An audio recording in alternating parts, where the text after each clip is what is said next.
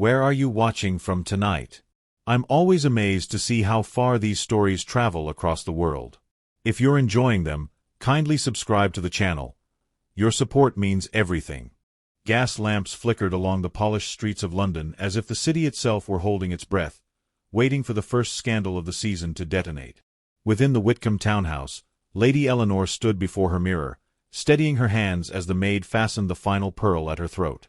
She had been raised to move through society with unshakable grace, yet tonight her heart fluttered with a quiet, trembling hope. The ball was meant to confirm what her parents had whispered for months. Lord Bertram Linley, charming and well-liked, intended to announce their engagement before the highest-ranking families of the ton. For Eleanor, the prospect carried both relief and duty. Her father's estate, stretched thin by years of failed harvests, needed the alliance, and she believed, almost, that Bertram's warm smile might eventually warm her own heart. She stepped into the carriage with the poise of a young woman determined to embrace her future without faltering. The ballroom of Lady Carrington's winter fete was a glittering riot of color, sound, and expectation. Chandeliers hung like frozen constellations, scattering light across silk gowns and polished boots. Eleanor swept into the room with a gentleness that disguised her nerves, returning greetings with practiced warmth. Her presence, always delicate yet composed, drew admiring glances from mothers seeking alliances and young men searching for beauty. She spotted Bertram laughing among a cluster of peers, his golden hair catching the candlelight. For a moment, she let herself believe this night might unfold as promised. Her parents watched from across the room, their smiles tense but proud. As the music faded into anticipation, Lady Carrington tapped her fan against her palm, signifying an announcement. A hush rolled through the crowd. Bertram stepped forward, straightening his lapels with theatrical confidence. Eleanor's breath caught, not from fear, but from a fragile, earnest faith that a new life was about to begin. The murmurs died entirely when he turned toward her, every eye following the arc of his movement. Yet something in his expression, quick, sharp, almost panicked, unsettled the air. He cleared his throat, gaze darting between Eleanor and the audience as though seeking escape. She felt her smile waver but held her posture. What followed shattered the room's careful equilibrium. In a voice stripped of its usual charm, Bertram declared a misunderstanding, claiming their families had spoken too soon. He insisted he had never offered for her hand, that affection had been misinterpreted, that he could not, would not, cement a future he did not desire. Gasps rippled like a sudden cold wind. Eleanor's vision blurred at the edges, yet every word burned with humiliating clarity. Bertram did not meet her eyes. His friends exchanged uneasy glances, unsure whether to smirk or retreat. The silence that followed was merciless, punctuated only by the rustle of fans and the faint, pitying sighs of women who already considered Eleanor undone. Her composure fractured. She felt the weight of 100 judgments pressing in, each whisper a needle. Her mother's hand flew to her mouth. Her father stiffened as though bracing for impact. Eleanor tried to breathe, but the room seemed to tilt, the golden chandeliers blurring into indistinct streaks. Not a single guest stepped forward. Even her childhood companions found sudden fascination in their gloves. To be publicly jilted was more than embarrassment, it was a social wound, and people recoiled as though scandal were contagious. And then, cutting through the mortifying stillness, a figure detached himself from the shadowed edge of the ballroom. The Duke of Ashford, known for his glacial reserve and formidable presence, crossed the floor with deliberate calm. Conversations died entirely. He was a man spoken of in hushed tones, a veteran of brutal campaigns abroad, a noble whose grief-cooled demeanor kept even the boldest debutantes at bay. Yet here he was, walking toward her when no one else dared even look. He bowed to her with flawless precision, though his voice carried a gentleness that startled her. He offered his arm, speaking just loudly enough for the room to hear, and suggested she allow him to escort her to fresh air. The gesture, simple yet unmistakably protective, sent another shock through the onlookers.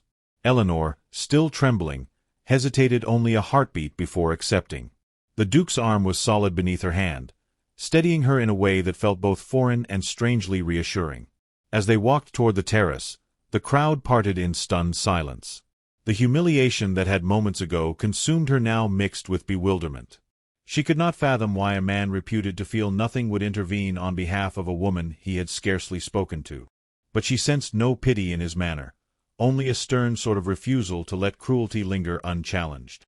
Outside, the winter air bit sharply, awakening her numbed senses. For several moments they stood without speaking, her breath forming small, trembling clouds. When he finally addressed her, his words were measured yet thoughtful. He acknowledged the cruelty she had endured, not with melodrama but with plain honesty that cut through her spiraling shame. He told her that a man's cowardice did not diminish a woman's worth. She searched his face, expecting some trace of indifference, but found only a distant sorrow that made her wonder what emotional battlefields he had crossed long before stepping into this one. Inside, music resumed at an awkward tempo, as though the musicians hoped to stitch the evening back together. But nothing could fully erase the memory of what had occurred. Eleanor straightened, attempting to reclaim a fragment of dignity. The Duke seemed to sense this and offered no platitudes, only silent support.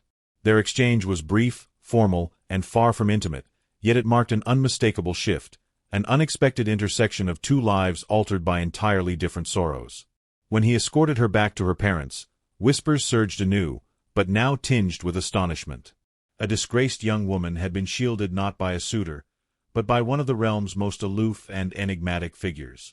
Her parents, still shaken, managed grateful nods, though they, too, struggled to comprehend his intervention. Eleanor felt the weight of speculation settling over her once more, but its sting was muted by the Duke's steady presence. As he withdrew into the crowd as quietly as he had emerged, Eleanor sensed the night had not merely wounded her, it had set something unforeseen into motion. She could not name it yet, could not predict whether it would bring danger or solace. But as she stood amid the swirling murmurs, her heart, bruised yet beating, recognized that this evening's devastating turn had opened a path neither she nor the Duke had intended to walk. And the echo of his unexpected kindness followed her like a promise that the story was far from over.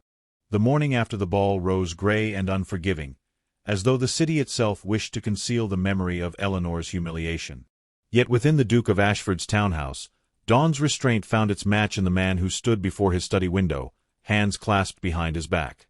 Philip Ravenshaw had faced cannon fire with steadier nerves than he felt now, though he would never admit it aloud.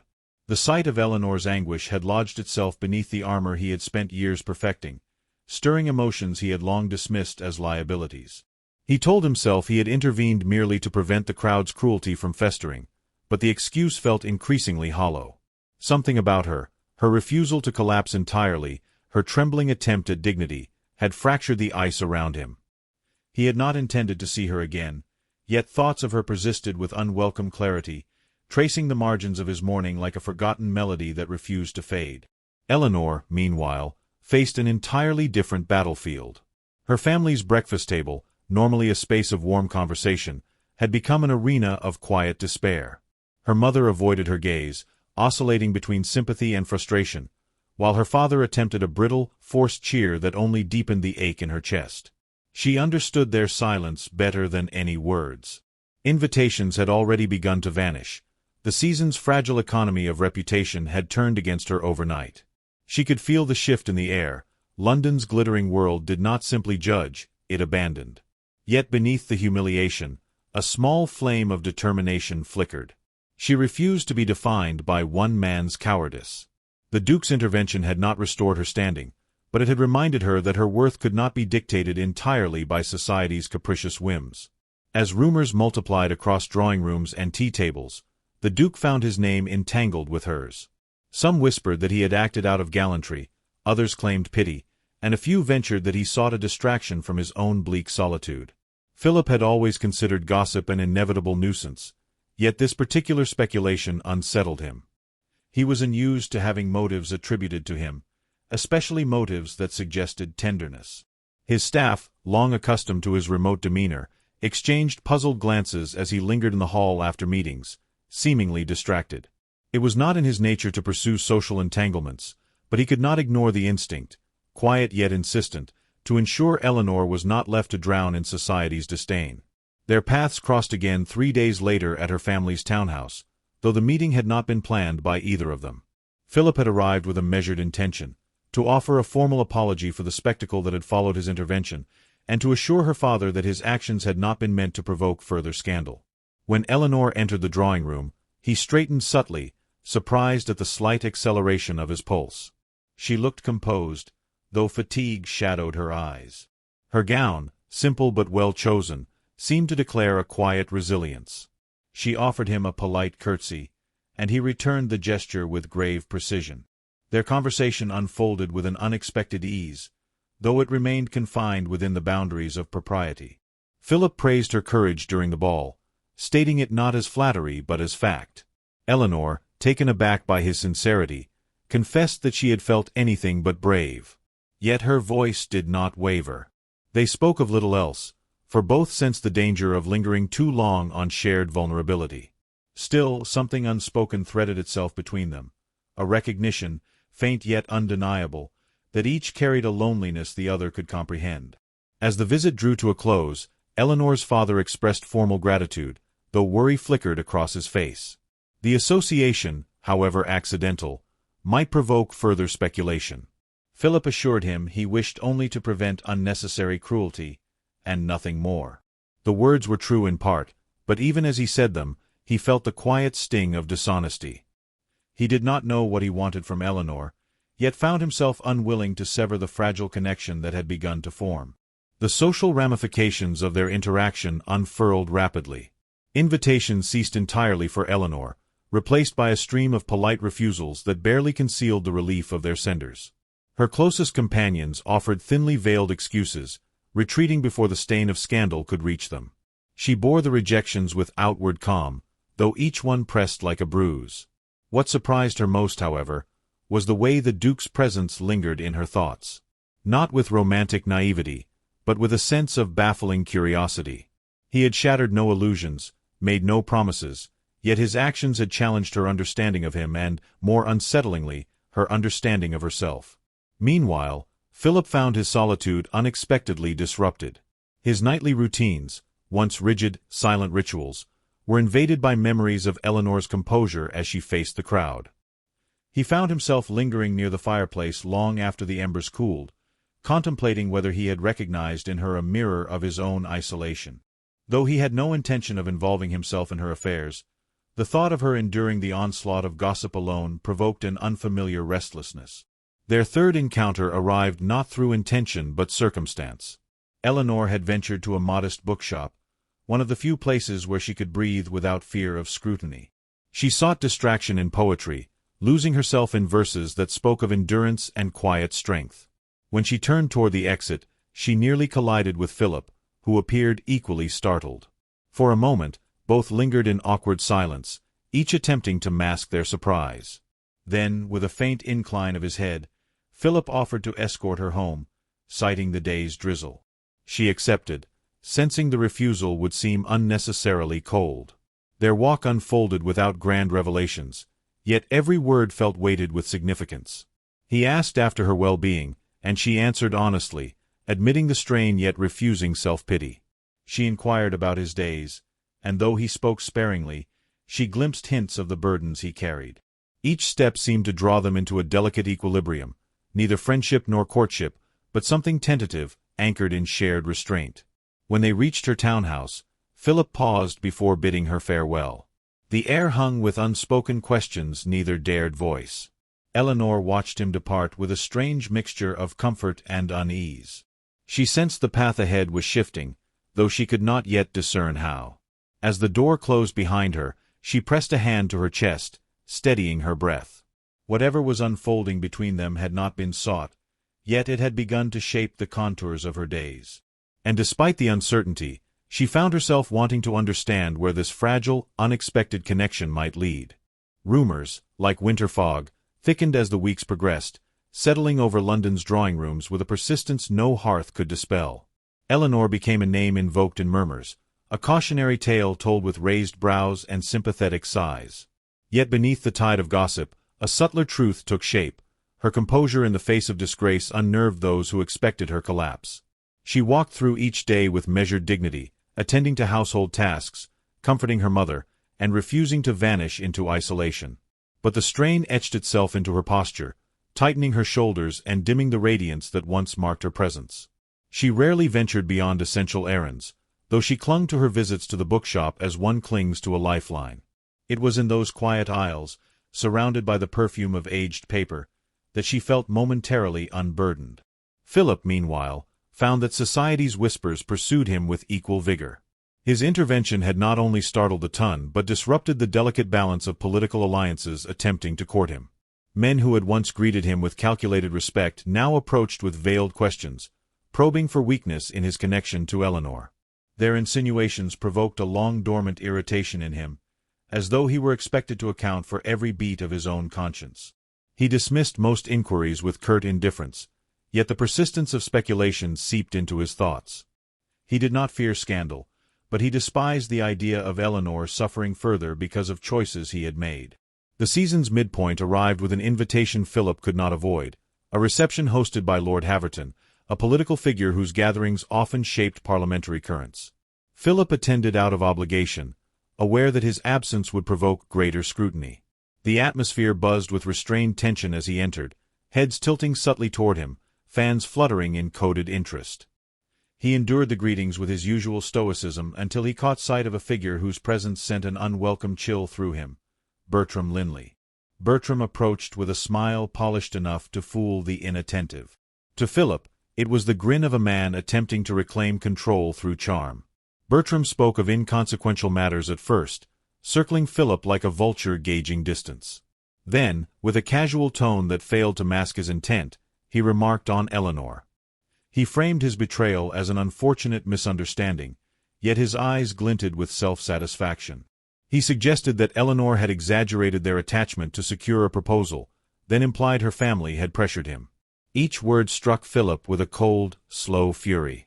He maintained a deceptively calm expression, but beneath it simmered the instinct to protect, sharpened by memories of Eleanor's trembling humiliation.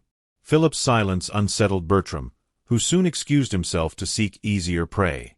But Philip stood motionless for a moment longer, realizing that Bertram's lies would inevitably reach Eleanor if he had not already begun spreading them.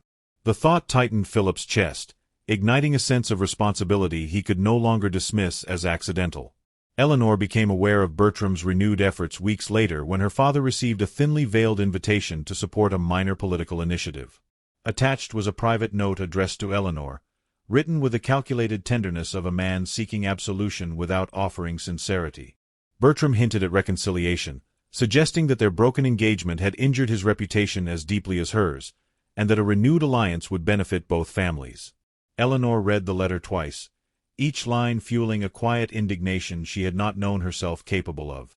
Bertram's audacity, his attempt to reshape the narrative around his cowardice, ignited a fire that chased away the last of her lingering self-doubt. She chose not to respond. But Bertram did not relent. Days later he appeared at her home unannounced, requesting an audience under the guise of courtesy.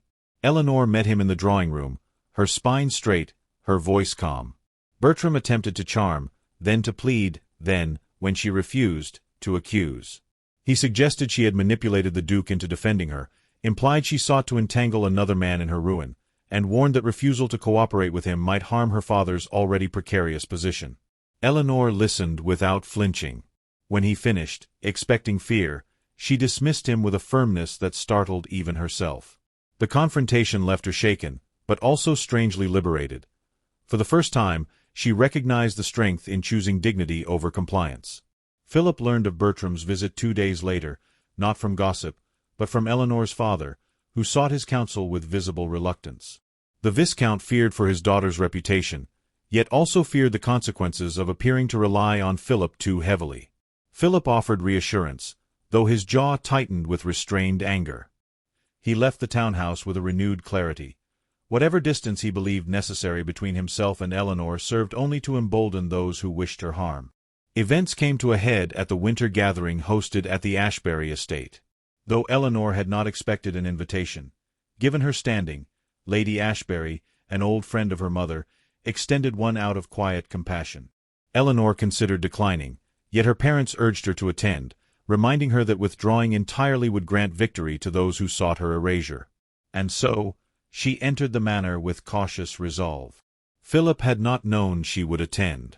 When he saw her across the candlelit hall, her gown a soft shade of blue that mirrored the frost-edged windows, something inside him shifted, an emotion too complex to name, yet undeniable in its force. He approached her with measured steps, offering a greeting that felt far too formal for the warmth stirring beneath his reserve. She curtsied, her expression composed, though her eyes betrayed a flicker of uncertainty. Their conversation unfolded with ease, as though both secretly sought refuge in the other's presence. Eleanor found comfort in Philip's steadiness, while he found solace in her quiet resilience. But the evening's fragile peace shattered when Bertram arrived, drawn by the same social obligations that had ensnared Philip. His gaze darkened when he saw Eleanor standing beside the Duke. Whispers erupted like sparks across dry tinder. Bertram approached with the poisonous confidence of a man who believes himself wronged. He greeted Eleanor with false warmth, then addressed Philip with a thinly veiled challenge, insinuating that the Duke's involvement had complicated matters best left in the past. Philip's reply was cool, precise, and devastating. He stated that cowardice, once exposed, had no place in polite discourse. The confrontation sent ripples across the room, the balance of power shifting visibly. Eleanor felt the tension coil through her, yet something else stirred as well, an understanding that the Duke's defense was no mere impulse. For the first time, she dared to wonder whether their connection, delicate as it was, had already deepened into something neither could easily dismiss. And as she stepped away from the crowd to compose herself, she sensed that the path ahead was tightening, narrowing into a course from which turning back might soon be impossible. The snow-streaked field surrounding Ashbury felt like a world suspended between breaths, and Eleanor sensed, as she rode home from the gathering, that something had shifted in ways she could no longer ignore. The Duke's words to Bertram echoed through her thoughts with startling persistence, not merely because he had defended her, but because he had done so with a conviction that reached beyond simple propriety. She could still recall the way the room had stilled, how every listener understood that Philip Ravenshaw had drawn a line in the sand that no man would dare cross lightly. His loyalty, unasked for and unearned, pressed gently yet insistently against the guarded chambers of her heart. Still, she refused to allow hope to grow unchecked. Their worlds, though parallel in suffering, were divided by rank, obligation, and expectations neither of them had shaped. Philip did not sleep the night after the confrontation. He paced the length of his study, haunted not by regret but by the clarity that had seized him in the heat of the moment. He had spoken for Eleanor because the alternative, silence, had felt intolerable. The realization unsettled him. He had built his life upon restraint, upon the conviction that emotion was a luxury that cost more than it offered. Yet Eleanor had entered his days like a quiet storm, reshaping the landscape without demanding anything in return. He feared the consequences of drawing closer, feared the familiar ache of loss that lurked behind every kindness, but the idea of withdrawing now felt dishonest. She had awakened something he thought war had extinguished. The following week, invitations trickled in for various seasonal events, but Eleanor declined each one, sensing that her presence would serve only to feed the endless cycle of speculation. Her mother fretted, begging her to reconsider, but Eleanor stood firm. She needed space to think, to understand herself without the clamor of judgment. Yet solitude proved a mixed blessing. She found her thoughts wandering again and again to the Duke. His guarded gaze, his deliberate speech, the fleeting warmth beneath his reserve. She wondered whether she had misinterpreted his intentions, wondered whether gratitude had muddled her clarity. Whatever the truth, the uncertainty gnawed at her. The uncertainty reached its peak when a small envelope arrived bearing the Duke's seal. The note within was brief, requesting an audience at her family's estate to discuss a matter of importance. Her pulse quickened as she reread the words, searching for hidden meaning. Her parents, though uneasy, consented to the meeting. Eleanor spent the hours before his arrival in a state of restless anticipation. When Philip stepped into the drawing room, the winter light caught the tension in his posture. He greeted her with a bow that felt too formal for the undercurrent trembling between them. She offered him tea, and he accepted, though neither of them reached for their cups. It was clear the conversation demanded complete honesty. Philip began by acknowledging the growing frenzy of rumors tying their names together. He spoke steadily, though there were moments when the slightest hesitation betrayed his unease. He confessed that his actions had not been motivated by duty alone, and that he had grown increasingly concerned that her reputation was being manipulated by men unworthy of her dignity. He paused then, studying her expression with careful caution. Eleanor found her voice soft but steady as she thanked him for his protection while making it clear she did not wish to become a burden to his already complicated public standing. She explained her refusal to bow to Bertram's manipulations, admitting that the confrontation had left her shaken but resolved. She spoke without bitterness, though her words trembled at the edges. Philip listened, the muscles in his jaw tightening at the mention of Bertram's threats. Their conversation deepened, moving from public wounds to private vulnerabilities. Philip allowed glimpses of the grief he had carried since the war, memories he rarely shared, shadows carved into him by loss and silence. Eleanor responded with empathy rather than pity, recognizing in his restraint the same ache that had shaped her own guarded heart. The space between them felt altered, charged with something fragile yet undeniable. But as their understanding widened, so too did the consequences. Philip revealed that political allies had begun to pressure him, warning that continued association with Eleanor might compromise negotiations poised to shape parliamentary decisions. He stated the facts plainly, but the bitterness beneath them was unmistakable. His voice cracked once, so softly she almost doubted she heard it, when he admitted he would not sacrifice her to appease men who valued convenience over truth. For a long moment, silence reigned. Then Eleanor spoke with a quiet resolve that startled even her. She said she could not, in good conscience, allow him to damage his standing for her sake. Her words were gentle yet firm, shaped by the same dignity she had clung to since the night her world collapsed. She urged him to consider stepping back, insisting that she would survive the gossip, the isolation, whatever came. The Duke's expression hardened, not with anger, but with a pained understanding. She was protecting him, just as he had sought to protect her. Days passed before fate intervened again.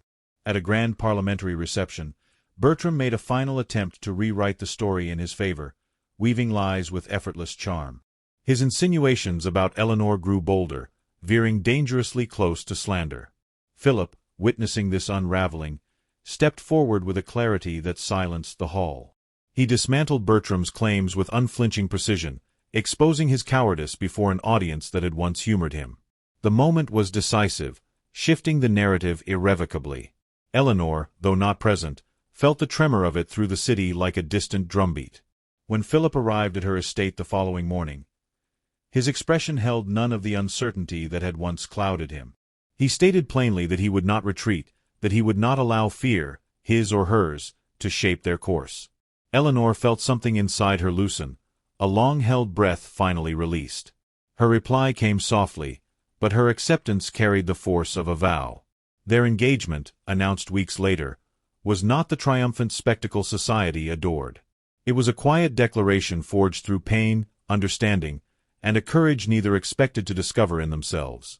The ton murmured, speculated, recalibrated, but this time Eleanor met their gaze without shrinking. And Philip, standing beside her with steady resolve, made it clear that any who dared challenge her strength would answer to him. In the months that followed, their bond deepened, not through grand gestures but through the steady weaving of shared trust. They learned each other's silences, each other's fears, each other's hopes. Their union did not erase the past, but it transformed it, turning wounds into threads that bound them rather than broke them. And on a fog-softened spring morning, as they walked the grounds of Ashford Manor side by side, Eleanor realized that the humiliation that once threatened to destroy her had instead led her to a future shaped not by society's judgment but by the quiet, unwavering constancy of the man who refused to look away when the world demanded he do so.